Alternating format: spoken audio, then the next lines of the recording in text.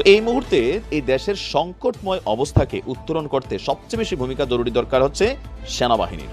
বর্তমান প্রেক্ষাপটে দেশ কোন দিকে যাচ্ছে? দেশ কি জরুরি অবস্থা জারির দিকে যাচ্ছে নাকি সেনা শাসনের দিকে যাচ্ছে? প্রধান হিসাবে আমার প্রধান দায়িত্ব হচ্ছে সেনাবাহিনীকে সবসময় যুদ্ধের জন্য প্রস্তুত রাখা, বিভিন্ন ভবিষ্যৎ চ্যালেঞ্জের জন্য প্রস্তুত রাখা। সেই কাজটাই ইনশাআল্লাহ আমি করে যাব। বাংলাদেশের দায়িত্বে থাকা ডক্টর মুহাম্মদ ইউনূস ব্যর্থ হওয়ায় এবার দায়িত্ব গ্রহণ করতে চলেছেন সেনাপ্রধান।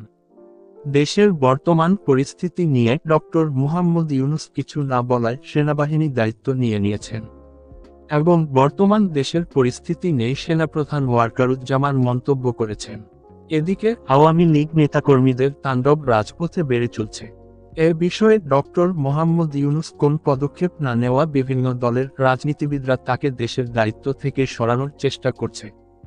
সরকার পতনের পর গত 4 মাসে ব্যাপক হাঙ্গামার সৃষ্টি হয়েছে, যার ফলে সাধারণ জনগণ থেকে শুরু করে সবাই চাইছে দেশের দায়িত্ব সেনাবাহিনীর কাছে চলে আসুন।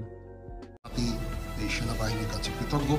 সামনে আরও সময় আছে, একটু ডিফিকাল্ট সময় পার করতে হবে আমাদের, এবং আমরা যেন দেশ এবং জাতিকে একটা ভালো জায়গায়, একটা নিরাপদ জায়গায় নিয়ে যেতে পারি, সেজন্য আমাদের জন্য দোয়া করবেন। ইউনূসের উপর থেকে জনগণের আস্থা উঠে গেছে। এদিকে দেশের বিভিন্ন জায়গায় তাণ্ডব চালিয়ে যাচ্ছে আওয়ামী লীগ নেতাকর্মীরা।